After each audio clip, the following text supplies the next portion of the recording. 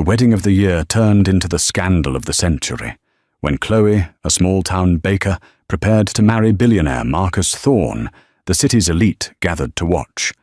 But one guest, the groom's vengeful ex, Genevieve Sterling, wasn't there to celebrate. In front of hundreds, she deliberately poured a scalding hot urn of coffee directly onto the bride's white dress. As Chloe cried out in pain and humiliation, the room fell silent, waiting for the groom's reaction. But the billionaire's response wasn't just shocking, it was a financial execution that left everyone speechless. The ballroom at the Plaza Hotel in New York City was a sea of crystal and starlight. It wasn't just a wedding, it was a merger of two worlds that had onlookers baffled and society columnists salivating. Marcus Thorne, the 34-year-old Silicon Prince of Thorne Industries, a man who moved markets with a single tweet, was marrying Chloe Jenkins, a 28-year-old baker from Oak Haven, Oregon. The press had dubbed it the Billionaire and the Baker. To the Thorne family, it was a social catastrophe. Beatrice Darling, the flowers are simply rustic, a woman with a face pulled taut by surgery, whispered to the groom's mother. Beatrice Thorne, a woman who looked as if she were carved from expensive ice, forced a smile. Chloe has a charming simplicity, don't you think? The charming simplicity was costing Marcus 7 figures. Peonies and wildflowers, which Chloe loved, had been flown in from Holland and arranged to look effortlessly natural. The guest list was a volatile mix. Chloe's family, her father David, a carpenter, and her mother Mary, a retired nurse, sat awkwardly in their rented tuxedos and off-the-rack gowns, while tech moguls, senators, and fourth-generation socialites populated the Thorne side of the aisle. And then there was Genevieve Sterling. Genevieve was the woman Marcus was supposed to marry. She was the daughter of Arthur Sterling, the old money energy tycoon of Sterling Holdings. A marriage between Marcus and Genevieve would have sealed a $500 million merger uniting the old world's power with the new world's technology. But Marcus chose Chloe. Genevieve sat at a front table, a vision in emerald green silk, her smile a thin, dangerous line. She watched the ceremony with a predator's stillness. When Marcus kissed Chloe, the applause was thunderous, but Genevieve merely lifted her champagne flute in a toast so slow it was an insult. The reception began. The mood was electric, if tense. David, Chloe's father, gave a tearful, simple speech about his daughter's kindness. Then Marcus took the microphone. "I have everything," he said, his voice, usually so commanding in boardrooms, softening as he looked at his wife. "I have the company, the skyline, the pressure. But I was never happy. Not really. Not until I met a woman who didn't know my last name and didn't care. She offered me a slice of apple pie in a small-town diner when my car was broken down, and she changed my life. To my wife, Chloe, thank you for showing me what's real." The room awed. Chloe, her eyes shining, was radiant. Her dress wasn't a Vera Wang. It was her mother's, modernized by a young, unknown designer. It was priceless to her. As the couple prepared for their first dance, the catering staff began the coffee service. A young waiter, Miguel, navigated the crowded floor with a heavy, silver urn of black coffee. Genevieve Sterling stood up, smoothing her dress. She moved not toward the dance floor, but toward the main thoroughfare. "Excuse me, darling," she purred to a guest, stepping directly into Miguel's path. It happened in a horrifying slow motion. Miguel, seeing the high-value guest, tried to swerve. Genevieve's foot shot out, a subtle, practiced trip. Miguel stumbled forward, his arms windmilling for balance. The urn tipped. A tidal wave of scalding black coffee cascaded forward, not onto the floor, but directly onto Chloe.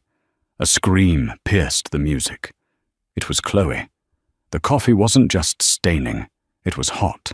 It soaked the front of her dress, the delicate lace turning a sickening brown as the heat met her skin. She cried out, a sound of pure shock and pain. The music stopped. Every guest, hundreds of them, turned. Genevieve Sterling brought a hand to her mouth, her eyes wide with fake horror. "Oh my goodness," she gasped, her voice carrying across the silent room. "I am so sorry. You poor thing. Miguel, you clumsy oaf. You've ruined her. Look at that dress. But then again, it's probably not couture, is it? Perhaps it's for the best." Chloe stood there, trembling, the front of her dress destroyed, red blotches appearing on her chest and arms. Tears of humiliation and pain streamed down her face. She looked at Genevieve, and through the performance, she saw the truth. A cold, triumphant smirk. Chloe turned and fled the ballroom. Marcus Thorne stood frozen for 1 second, his face pale. Then, his eyes, usually a calm blue, hardened into something that looked like Arctic ice. He looked from his fleeing wife to the waiter, Miguel, who was stammering, "Sir, I don't know." Then he looked at Genevieve Sterling. The room held its breath. The billionaire groom's wedding was in ruins. His response would define the night. To understand what happened next, you have to understand how Marcus and Chloe met. It wasn't a meet cute in the Hamptons. 6 months prior, Marcus Thorne was on the verge of a breakdown. The Sterling merger was suffocating him. It was a deal his late father had orchestrated, a dynastic move to secure the Thorne legacy. Marcus was expected to marry Genevieve, a woman he found beautiful, intelligent, and utterly hollow. He did the unthinkable.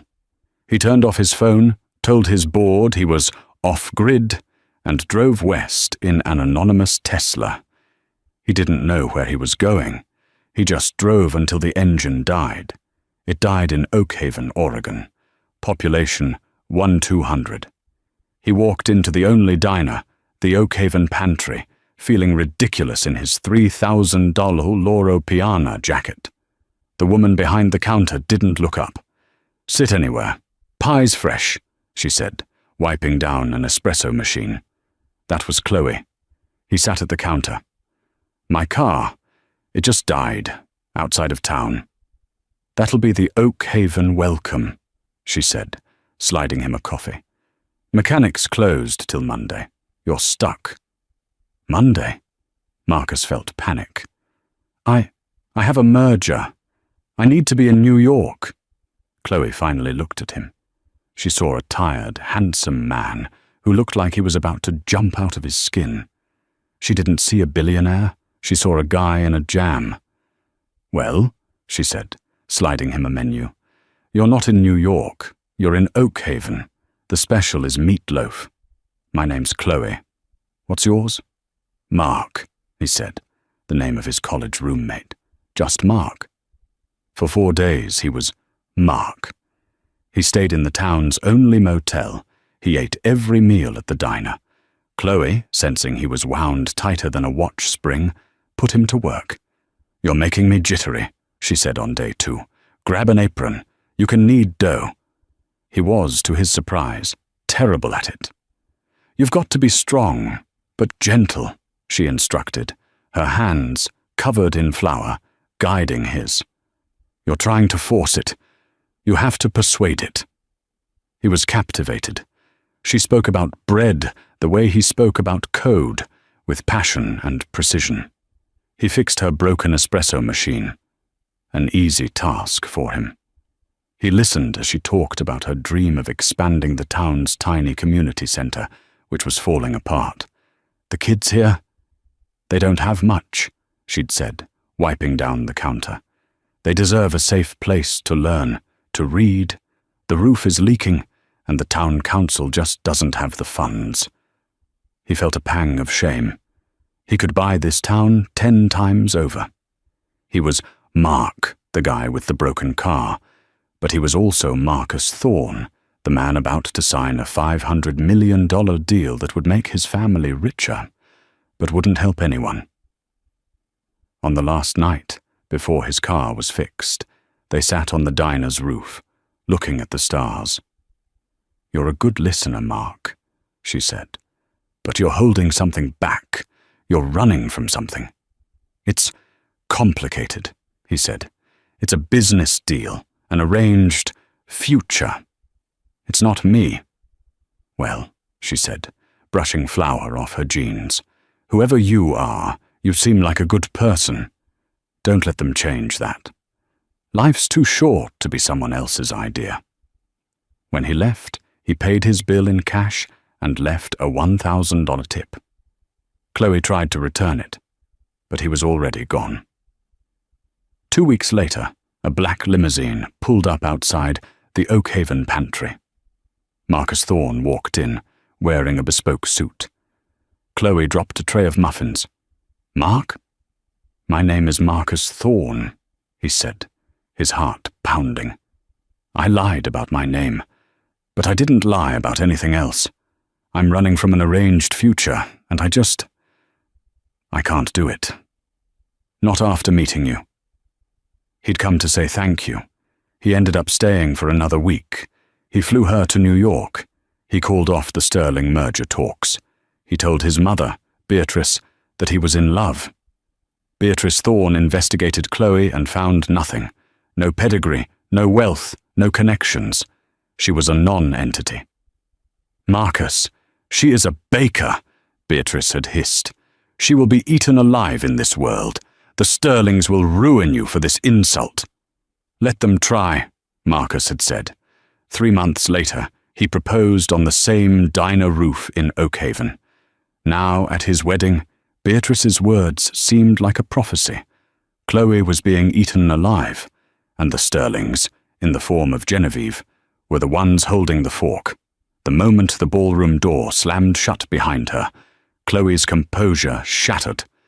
She ran down the marble hallway, a trail of dirty coffee dripping from the hem of her dress. The pain was secondary now. The humiliation was a physical, crushing weight. She could hear the whispers, feel the stares of the staff she passed. She fumbled with the keycard to the bridal suite, a vast, opulent room that had felt like a palace an hour ago, and now felt like a prison. She slammed the door, ripped the ruined, sticky veil from her hair, and collapsed onto the floor, sobbing. It wasn't just a dress. It was her mother's. It was the symbol of her new life, and it had been defiled in seconds. Genevieve's words echoed in her head. "It's probably not couture, is it?" A sharp knock rapped on the door. "Chloe, open this door." It wasn't Marcus. It was his mother. Chloe wiped her eyes, her hands trembling. She opened the door. Beatrice Thorne swept in, her face a mask of cold fury. She didn't look at Chloe's dress or her tear-stained face. She looked at the door. "You are an embarrassment," Beatrice said, her voice low and sharp. Chloe flinched. "Beatrice, It doesn't matter what it was," Beatrice snapped. "It matters what it looked like. You made a scene. You ran. You, my dear, just proved to every single person in that room that you do not belong here. Genevieve Sterling plays games you don't even know the rules to, and you just lost, spectacularly." "She poured coffee on me," Chloe cried, the injustice stinging more than the burn. "And you let her win." Beatrice stepped closer. "You think you're the first person to be insulted in New York society? You take it. You smile.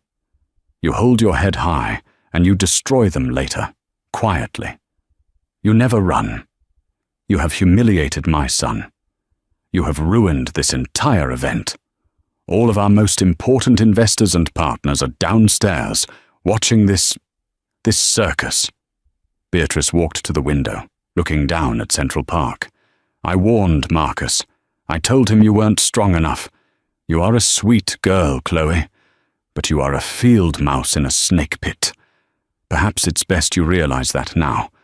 Fix your face. Or better yet, stay here. I will go down and make excuses for you."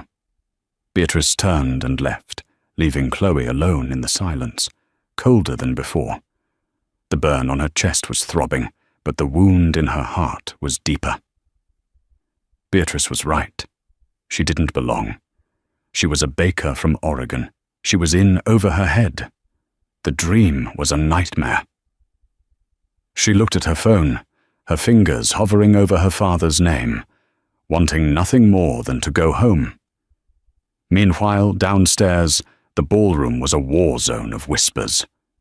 Marcus had moved instantly. He first rushed to the waiter, Miguel, who was pale and shaking, being held by hotel security. "Are you all right?" Marcus asked. "Sir, she tripped me. I swear, I know," Marcus said, his voice grim. "Do not go anywhere. Do not speak to anyone." He then turned to his own head of security, a formidable man named Mr. Harrison, who was never more than 10 feet from Marcus. Harrison was ex-Mossad and saw everything. "Get the footage," Marcus said, his voice a low growl. "Sir, get the ballroom security footage, all angles, and check the guest recordings. I want every second of that accident. I want it now, in my private study, off the mezzanine. Go." Harrison nodded and melted into the crowd. Marcus then strode to the center of the dance floor. He tapped the microphone, silencing the frantic whispers. "Ladies and gentlemen," he said, his voice echoing with controlled power. "My apologies for the interruption. There has been a small accident. My wife, Chloe, is completely unharmed. Merely changing. Please enjoy the champagne. The music will resume momentarily." He turned to the Sterling table. Arthur Sterling, Genevieve's father, approached him, his face a mask of concern. "Marcus, my boy, dreadful business. Simply dreadful. Genevieve is beside herself, absolutely mortified. She's in the powder room, crying her eyes out." Marcus looked at the older man, the man who was almost his father-in-law. "Is she, Arthur? Is that where she is? Of course, it was a terrible, clumsy accident. That waiter—" "Yes," Marcus said, his eyes like steel. "The waiter. We will certainly find out exactly what happened." He turned on his heel and walked out of the ballroom, not toward the bridal suite, but up the stairs to the mezzanine study, where Mr. Harrison was already waiting. Genevieve Sterling was not, in fact, in the powder room crying. She was just outside the ballroom doors, sipping fresh champagne, accepting the sympathies of her friends. "You were so brave, darling," one whispered. She looked like a drowned rat. "I just feel terrible," Genevieve said, taking a delicate sip. "I hope she has a backup dress. Perhaps something from a department store." Her friends giggled. Genevieve smiled. The first move was hers. The mezzanine study was soundproof. Mr. Harrison had 3 laptops open when Marcus walked in. "Talk to me, Harrison." "It's worse than we thought, sir," Harrison said, not looking up from the screens. The hotel's primary angle from the northeast corner, timestamp 2014-02. He played the video. It was high definition. It showed Miguel, the waiter, walking. It showed Genevieve standing up. It showed her stepping backwards into his path. It was clear. It was deliberate. "That's enough," Marcus said, clenching his fists. "That's assault. I'll have her removed." "Wait, sir," Harrison said, holding up a hand. "It's worse. I cross-referenced with a guest's social media upload." He played a second video, taken from a table near the dance floor. This one captured Genevieve's face. Just before the accident, she wasn't looking at the guests. She was looking at the waiter. And as Miguel stumbled, just before Chloe was hit, Genevieve smiled. A cold, pleased, reptilian smile. "My God," Marcus whispered. "It's still worse, sir," Harrison said. She didn't just trip him, she planned it. Harrison brought up a third angle from the kitchen service door. 1950. This is 15 minutes before the incident. That's Ms. Sterling. That's Miguel, the waiter. The video showed Genevieve pulling Miguel aside. She was talking to him, flashing her diamond bracelet. She handed him what looked like a wad of cash. She paid him? Marcus was stunned. No, sir. Not to spill. Watch. Harrison zoomed in. Miguel is refusing. He's shaking his head. He looks scared. She's getting angry. Harrison, a passable lip reader, narrated. She's saying, just walk by her. When I toast, it will be easy. She tried to bribe him to spill the coffee. Yes, sir. And he refused. He put the money back in her hand and walked away. He was routed to a different station, but his supervisor moved him back to the main floor 2 minutes before the incident. Ms. Sterling saw him. She realized her bribery plot had failed, so she improvised. She tripped him. Marcus felt a cold rage settle over him, a terrifying, quiet fury that his board of directors knew well. This wasn't an impulse. This wasn't a jealous spat. This was a premeditated attack on his wife. She involved the staff, Marcus said, his voice dangerously quiet. She tried to bribe an innocent man, and when he refused, she made him the scapegoat anyway. He'll be fired. He already has been, sir, Harrison said. Hotel management has him in an office. They want to avoid a lawsuit from Ms. Sterling. Marcus stared at the screen. He saw the smile. He saw the trip. He saw his wife's face contort in pain. And he saw the smirk Genevieve gave her afterward. He made a decision. It was not the decision of a hot-headed groom. It was the decision of a billionaire. Harrison, he said, get Miguel. Bring him to this room. Now. Tell hotel management he is not to be touched, or I will buy this hotel and turn it into a parking lot. Yes, sir. And patch the ballroom's AV system to this laptop. I want full control of those projector screens. Sir. Harrison looked up, a rare flash of surprise on his face. What are you planning? Beatrice was right about one thing, Marcus said, straightening his tie. You don't win by running. You win by making it so the other person can never play the game again. He turned and walked to the door, but not before stopping. And Harrison? Find out where Chloe's father, David, banks. The local bank in Oakhaven. I need the name of it, and find out the exact name of that community center he's always talking about. Sir, immediately. Marcus left the study and went to the bridal suite. He knocked gently. Chloe? It's me. The door opened. Chloe was in a simple white silk bathrobe, her eyes red and puffy. The ruined dress was in a heap on the floor. Her shoulders were red. Beatrice was here, Chloe whispered, her voice broken. She said I'm an embarrassment, that I don't belong. She looked up at him, her heart in her eyes. Is she right, Marcus?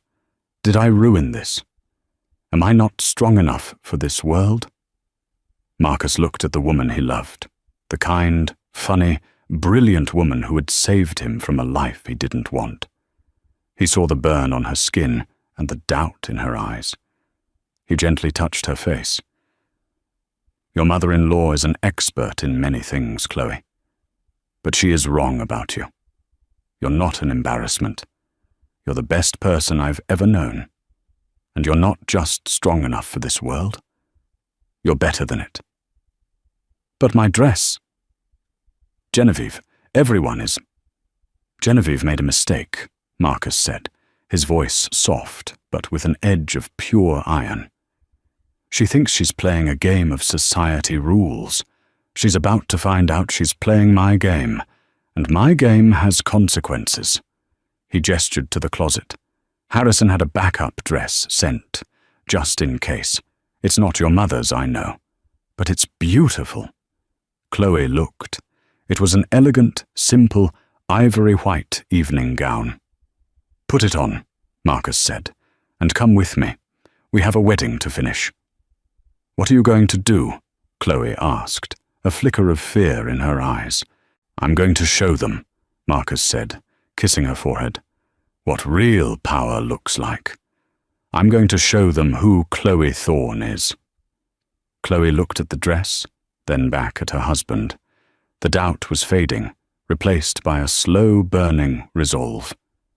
She nodded. "Give me 5 minutes." When Marcus and Chloe Thorne re-entered the ballroom, a hush fell. Chloe was wearing the ivory gown. Her hair was pulled back in a simple, elegant chignon. Her head was held high. She was not the crying girl who had fled. She was the wife of Marcus Thorne, and she walked beside him, her hand firmly in his. Beatrice Thorne's eyes widened. She saw the look on her son's face and felt the first prickle of alarm. Genevieve Sterling, who had returned to her table, smirked. "Round 2, she whispered to her friend. She actually came back for more. Marcus led Chloe to the dance floor, but he didn't signal the band. He walked to the microphone. Mr. Harrison was standing discreetly by the AV booth and gave a subtle nod. "Thank you all for your patience," Marcus began, his voice calm and filling the room. "I know there was some concern about my wife. As you can see, she is fine." He smiled at Chloe, who smiled back.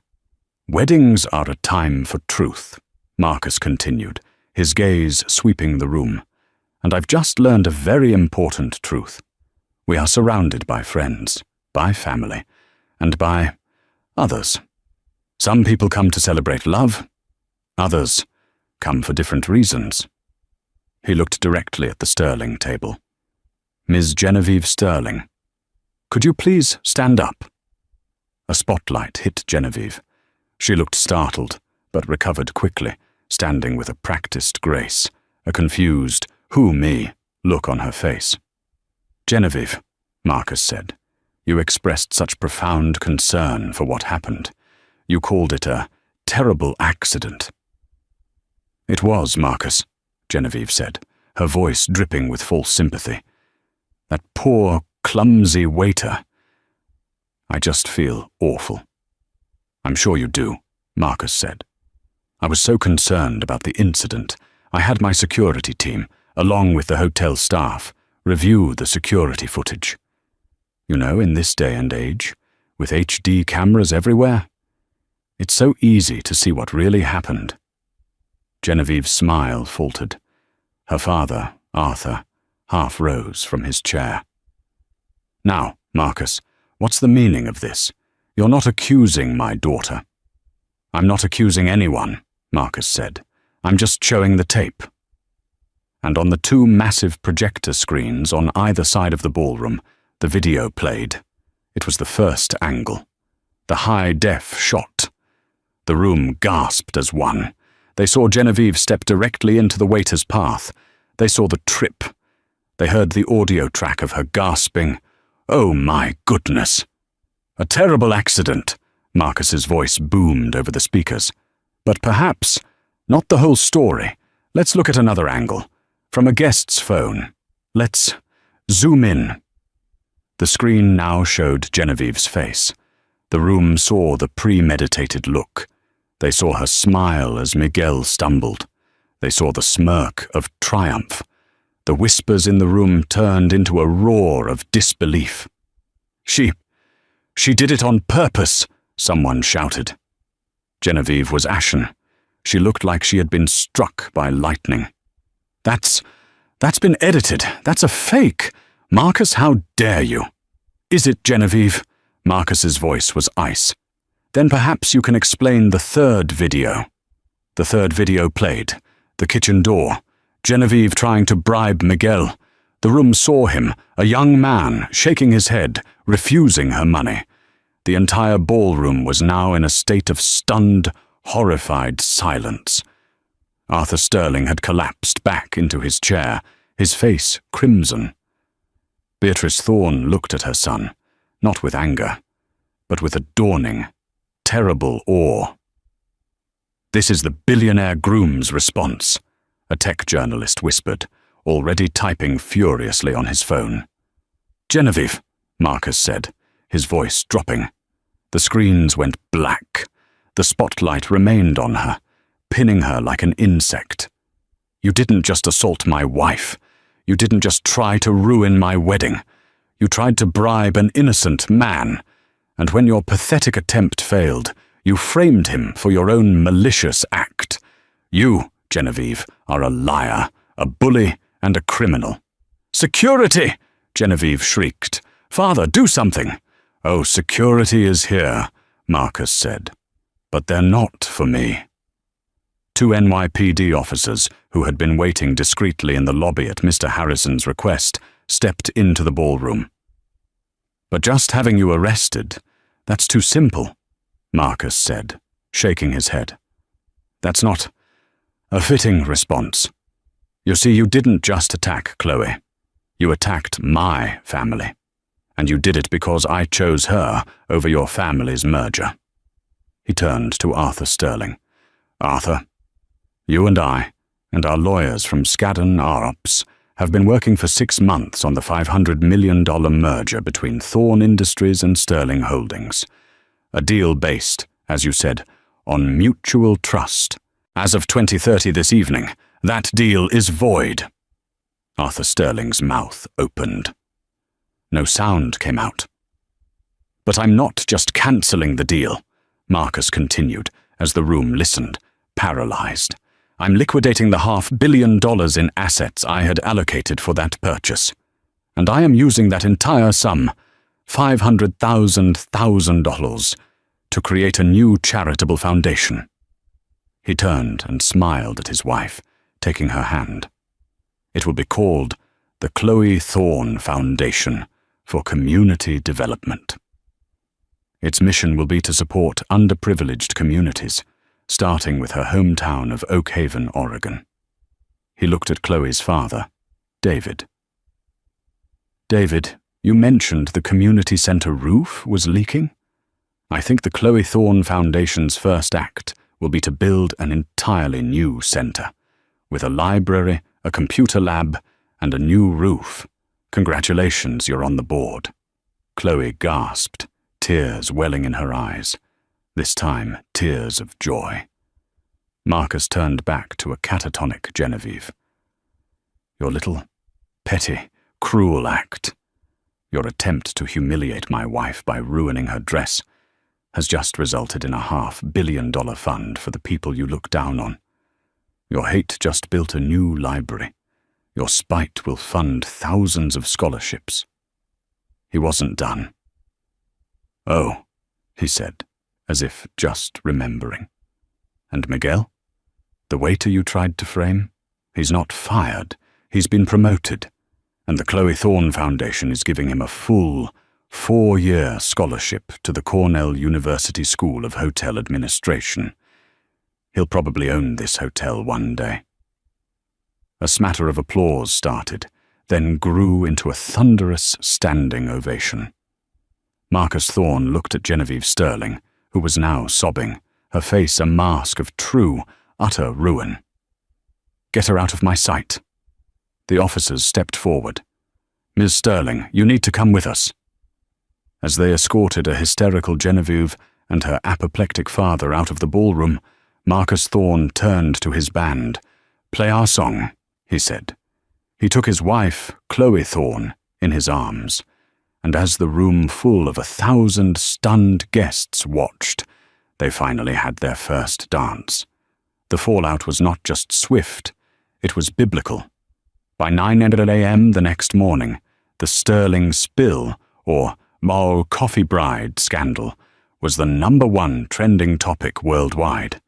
The videos Marcus had played were leaked, likely by Harrison himself, and had millions of views. It wasn't just a society gossip story, it was a business story.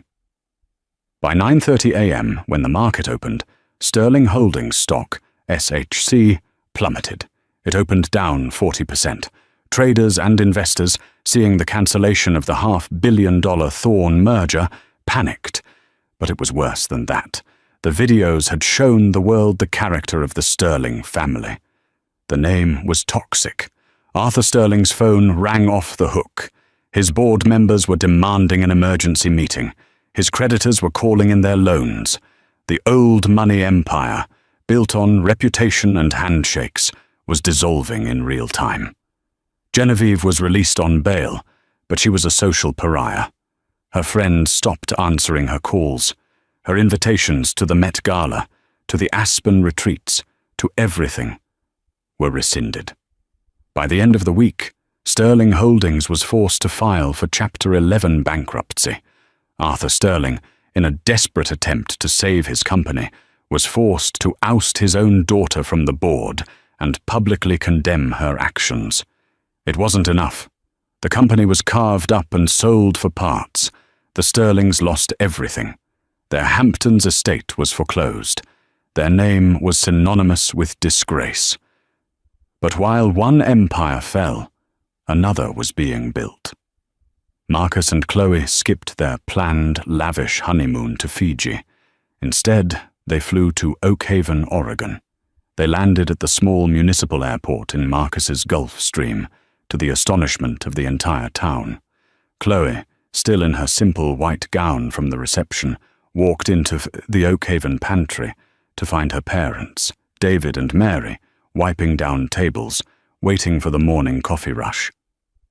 We saw it on the news, honey," Mary said, rushing to hug her. "Are you all right? That woman, what she did?" "I'm fine, Mum," Chloe said, hugging her tight. "I'm more than fine." Marcus walked in behind her, carrying 2 large coffee thermoses. "Mary, David," he said, smiling, "I believe we have a community center to discuss."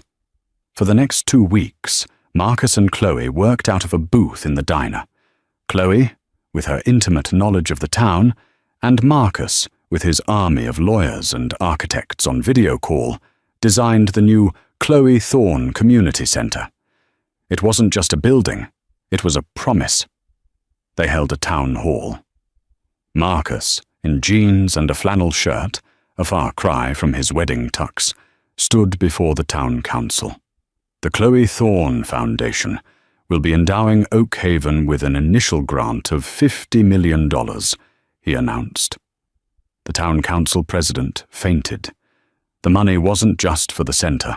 It was for revitalizing Main Street, for new equipment for the volunteer fire department, and for a scholarship fund that guaranteed every Oak Haven High graduate a full ride to college. Chloe took the podium. She was no longer the intimidated baker. She was a leader. "This money, it came from a place of hate," she said, her voice steady. "It was meant to hurt me, to tell me I wasn't good enough. But we, here in Oak Haven, know what good enough means. It means community. It means kindness. And we are going to use this to show the world what real strength looks like." The town erupted. The press, of course, descended on Oak Haven. But instead of a humiliated bride, they found a confident, beloved philanthropist, directing construction crews and tasting pie recipes. She was the billionaire's wife, but she was also, and always, Chloe the baker. 1 year to the day. The date was not a coincidence. Chloe had circled it on her calendar. October 26th. The anniversary of her wedding, the anniversary of her humiliation, and now the anniversary of her ascendance. She stood on a polished cedar stage, not in a borrowed dress, but in a sharp, custom-made navy blue pantsuit. Her hair was cut in a practical, elegant bob. She was not the trembling bride, she was the CEO. Behind her, a building of gleaming Oregon timber and glass reflected the bright autumn sun. The sign, carved in simple, bold letters, read, "The Chloe Thorne Community Center and Foundation, Oak Haven Campus." The town's entire population of Rouse 200 was there, mixed with a sea of over 200 journalists, politicians, and philanthropists who had flown in on private jets that crowded Oak Haven's tiny municipal airstrip. Marcus Thorne stood in the front row, his eyes hidden behind sunglasses, but the smile on his face was visible from the back row. He held their 1-month-old son, Richard David Thorne, bundled against the chill. Next to him sat Chloe's parents, Mary and David, weeping openly. In the second row, seated with a ramrod-straight spine, was Beatrice Thorne. Her face was an unreadable, icy mask. "When I left Oakhaven for New York," Chloe said, her voice amplified by the speakers, clear and steady, "I thought I was moving to a bigger world. I thought the power was there, in the high-rises and the boardrooms." She paused, looking at the new building. It was magnificent. It housed the Mary and David Jenkins Library, a state-of-the-art kitchen for vocational training in the culinary arts, a tech lab sponsored by Thorne Industries, and a fully equipped gymnasium. "I was wrong," Chloe continued. "The world is not bigger in New York. It's just louder. The real power was always here. It was in my mother's kitchen. It was in my father's workshop. It was in this community, where people help each other not because of a merger, but because it's the right thing to do. The Chloe Thorne Foundation isn't bringing power to Oakhaven. It's here to amplify the power that always existed." The crowd erupted in a standing ovation. "They call her the Angel of Oakhaven," a Forbes reporter whispered into his recorder. "A year ago, she was a literal nobody, a Cinderella story. Now, she's managing a $500 million endowment that's become the most disruptive force in American philanthropy. She's not just a feel-good story. She's a power story." As Chloe cut the ribbon, one man stepped forward from the crowd. He was young, well-dressed, and carried himself with a new, quiet confidence. "On behalf of the Foundation's first scholarship recipient," he said, his voice thick with emotion, I just want to say thank you." It was Miguel, the waiter. He was in his second year at Cornell's Hotel Administration program, flying high with a 4.0 GPA. The Foundation had not only paid his tuition, but had also settled his family's debts, moving them out of their cramped apartment. Chloe stepped off the stage and embraced him. "You don't thank us, Miguel," she said, just loud enough for the front row to hear. "We thank you. You were the first person who showed us what real integrity looks like." The applause was deafening. Marcus looked on, his pride a tangible thing. But as the crowd moved inside to tour the new facility, a black sedan pulled up to the edge of the police barricade. A different kind of journalist stepped out, one from a tabloid rag called The New York Standard. He wasn't here for the good news. He was here for the "Where are they now?" He approached a local man. "Great story, right? But what about the other woman, Genevieve Sterling? Any idea what happened to her?" The local shrugged. "Heard she lost everything. Good riddance." The reporter, Robert Peston, smiled. He had an idea. He got back in his car and drove to the nearest town with cell service. He made a call to a private investigator in New York. "Find her," he said. "Find Genevieve Sterling. I want to know where the Coffee Queen is holding court these days." While Chloe gave interviews, Beatrice Thorne walked through the new center. She was alone. She avoided the crowds, her heels clicking on the polished concrete floors. She was, by nature, a critic. She was looking for flaws. She found none. She walked into the library. It was filled with light, with cozy reading nooks, and a children's section where her own grandson, Richard, would one day read. She walked into the tech lab. It was run by Thorne Industries engineers, streaming in live from Palo Alto, teaching Oakhaven kids how to code. It was efficient. It was smart. Finally, she walked into the kitchen. It was perfect. It wasn't just a kitchen. It was a commercial-grade bakery, a culinary school. Double-stack convection ovens, marble countertops for pastry, walk-in freezers, proofing cabinets. It was better than the kitchen at the plaza. In the center of the room, on a simple wooden baker's peel, was a framed photograph. It was the only photo in the room. It was Chloe's ruined, coffee-stained wedding dress, hung on a mannequin, photographed before it was thrown away. Beatrice stared at it. A symbol of humiliation, repurposed as a symbol of victory. It's a reminder. Beatrice turned. Chloe was standing in the doorway, wiping flour from her hands. She had slipped away from the press to knead a ceremonial first loaf. A reminder of what? Beatrice asked, her voice cool. Of the price of admission, Chloe said. She walked past Beatrice and began expertly shaping a sourdough boule. Of what happens when you underestimate people. The air in the kitchen was suddenly cold, despite the warmth from the ovens. The two women were alone for the first time since the wedding. "You've done well, Chloe," Beatrice said, the words tasting like ash in her mouth. "You've made a remarkable splash. Marcus is very proud." "Are you proud, Beatrice?" Chloe asked, not looking up from the dough. Beatrice stiffened. "I am proud that my family's name is associated with successful ventures. This is a successful venture." "That's not what I asked." Chloe finished the loaf and slid it into the oven. She turned, leaning back against the steel counter, crossing her arms. The power dynamic for the first time was completely inverted. This was Chloe's kitchen, Chloe's building, Chloe's world. "You came to my bridal suite," Chloe said, her voice quiet but sharp as a knife. "You found me in pieces, burned and humiliated, and you told me I was an embarrassment. You told me I was a field mouse in a snake pit. You told me I had failed your son." "I was," Beatrice began. "I was upset. The event." "You were right," Chloe cut in. "I was a field mouse. I was terrified. I was in pain. And you, my new mother, the matriarch of my new family, you left me there to bleed. You didn't help me. You didn't defend me. You attacked me.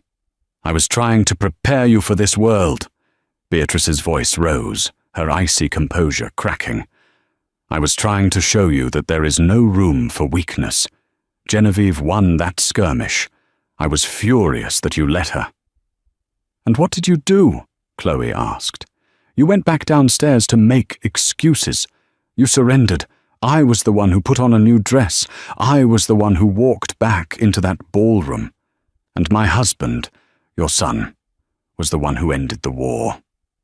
Chloe stepped closer. "You talk about strength, Beatrice. But when it mattered, you were a coward. You were so busy protecting your social standing that you forgot to protect your family. You sided with the snakes." Beatrice Thorne, a woman who had eviscerated senators and CEOs with a single look, was speechless. She was trembling with a rage that was, for the first time, laced with shame. Chloe saw the crack in the facade. She didn't press it. She didn't want to break her. She wanted to rebuild her. The world you and Arthur Sterling built. "It's over, Beatrice," Chloe said, her voice softening just a little. "The old rules are gone. The Sterlings are bankrupt. Their name is a punchline. Your old guard friends, they're irrelevant. Their power was built on exclusion, on closed doors, on who they knew. My power, our power, is built on this." She gestured to the kitchen, "On opening doors, on what we can do, on what we can build." She walked to her new, small office, just off the kitchen. Beatrice, like a moth to a flame, followed. "The Chloe Thorne Foundation is opening its national headquarters in New York next month," Chloe said, sitting behind her desk. She gestured to the chair opposite her. Beatrice, mechanically, sat. "It's a different kind of challenge," Chloe continued. "Oak Haven was easy. These people are my family. New York, that's the real snake pit. I need someone to run the New York Gala. I need someone to navigate the political and social minefields. I need someone to interface with the old money and bend them to our new rules. I need someone who can be formidable. Beatrice looked up, her sharp mind instantly seeing the chessboard. You're offering me a position? I'm offering you a choice, Chloe said flatly. You are a brilliant, capable, and, frankly, ruthless woman, Beatrice. Your talents are wasted on luncheon committees and garden parties, but your world is gone. You can either fade into obscurity as Marcus Thorne's mother, a society dowager who just shows up for Christmas, or you can join the new world. You can work for this foundation. You can work for me. The audacity of it, the sheer, magnificent gall, to be offered a job by her daughter-in-law, the baker. Beatrice Thorne stared at Chloe. The field mouse was gone. In her place was a lioness. And Beatrice realized the truth. Chloe wasn't just marrying into the Thorne legacy. She was the Thorne legacy now. She was the future. And Beatrice hated being irrelevant. A slow, cold, and utterly genuine smile spread across Beatrice Thorne's face. It was the first real smile Chloe had ever seen from her. A gala, you say, Beatrice said, leaning forward. The Met's theme this year is a disaster. We could easily eclipse them. The New York Women's Shelter. I've been on their board. It's a mess. We could absorb their operations within 6 months if we're aggressive. Chloe smiled back. I was thinking the same thing. I'll have the board packet sent to your hotel. Don't bother, Beatrice said, standing up and smoothing her suit. I'll read it on the plane. And Chloe, about the gala. We are not serving coffee. It's tacky. She walked out. Chloe let out a breath she hadn't realized she was holding. She had won. She hadn't just defeated her enemy. She had recruited her. 2,000 miles away, in a grey fourth-floor walk-up in Queens, New York, a phone rang. Robert Peston, the tabloid reporter, had found her. The PI had tracked her through a series of Shell LLCs and cashier's checks. Genevieve Sterling, the former heiress to a billion-dollar energy empire, was living under the name Jennifer Stone. Her passport was seized, pending the final settlement of her criminal and civil cases. She was broke. Peston knocked on the flimsy door. Ms. Otto Stone? Genevieve? Robert Peston, New York Standard. I just want to talk. The door opened a crack, held by a chain. The eye that peered out was bloodshot, paranoid. Go away. Her voice was a hoarse whisper. I'm doing a story on the anniversary, Peston said, sliding his press pass into the crack. The wedding, the coffee, the foundation. People want to know your side. You were the victim, right? A woman scorned? The chain rattled and the door opened. The apartment was a disaster. Empty wine bottles, take-out containers. The woman standing there was unrecognizable. Her hair was brittle and unwashed. Her emerald green dress was gone, replaced by a stained bathrobe. She was a ghost, haunted by the life she had destroyed. Victim? She hissed, her face contorting. She stole him. She stole my life. That baker. That charity. That was my money. That was my merger. Peston's recorder was on. This was gold. So you admit the merger was the reason? Arthur, my father. He had a heart attack, Genevieve rambled, pacing the small room. He's in a state facility. He doesn't even know my name. They took everything. The house in the Hamptons. The plane. My friends. She spat the word. They won't even look at me. And she's on the cover of Forbes. So the coffee, Peston pushed. Was it an accident? Tell me your side. Genevieve stopped. She looked at Peston, a strange, chilling lucidity in her eyes. An accident? She laughed, a dry, rattling sound. Of course it wasn't an accident. I wanted to see her cry. I wanted everyone to see the trash she was. I wanted to see her run. And she did, Peston offered. Yes, she did, Genevieve whispered, a faint, triumphant smile on her face. She ran. I won. Peston looked around the squalid apartment, at this broken, delusional woman. Yes, Ms. Sterling, he said, turning off his recorder. You sure did. He left her there, alone with her victory. That night, the town of Oakhaven was quiet. The press had flown home, their stories filed. The new community center was dark, save for a single light on the roof. Marcus found Chloe sitting on a bench on the rooftop terrace, bundled in a blanket. It was designed to look exactly like the roof of the old diner where they had first talked. He sat beside her, wrapping his arms around her and their son, who was sleeping sound in his arms. So, CEO Thorne, Marcus whispered, how does it feel? You just conquered my mother. I'm fairly certain that makes you the supreme ruler of the universe. Chloe laughed, leaning her head on his shoulder. She's complicated. But she's on our side now, I think. She respects power. And you, my love, are the most powerful person I know. They sat in comfortable silence, looking up at the clear Oregon stars. It's funny, Chloe said, her voice soft. A year ago, I was standing in that ballroom, covered in coffee, and I thought my life was over. I felt so small. I felt like that field mouse Beatrice talked about. All I wanted was to run home. You are home, Marcus said, kissing the top of her head. Genevieve, what she did, Chloe mused. It was so hateful, so pointless. All that energy, all that planning, just to make me cry, just to ruin a dress. And look what she did instead, Marcus said. He looked at the town below them, sleeping peacefully, and at the magnificent building beneath them. Her act of hate funded a library. Her spite will send hundreds of kids to college. Her cruelty built a place of kindness. He turned her face to his. She tried to leave a permanent stain, Chloe, but she failed. She didn't stain you. She just gave you the capital to rebuild a town. Our son, Chloe whispered, touching Richard's cheek. He's going to grow up here. He's going to learn to bake in that kitchen and code in that lab.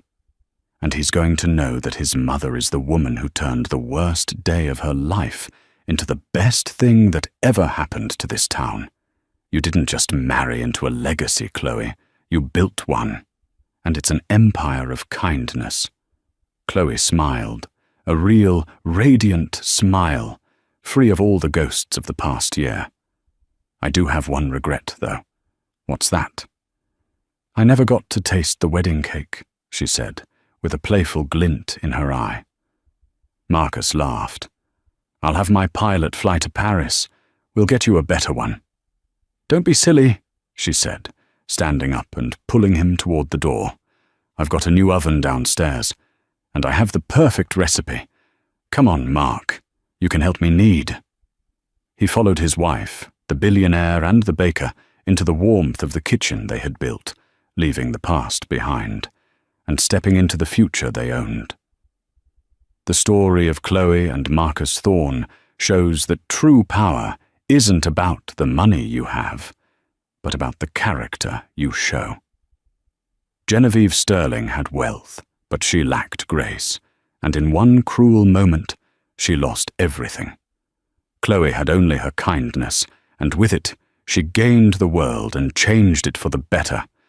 Karma, as they say, always serves its just desserts, even if it sometimes starts with a hot cup of coffee. What did you think of Marcus's response? Was it the perfect revenge, or should he have done more? Let us know your thoughts in the comments below. We read every single one. If you were moved by Chloe's story, please hit that like button and share this video with someone who needs a reminder that good always wins. And for more real-life dramatic stories that will leave you speechless, be sure to subscribe to our channel and ring that notification bell.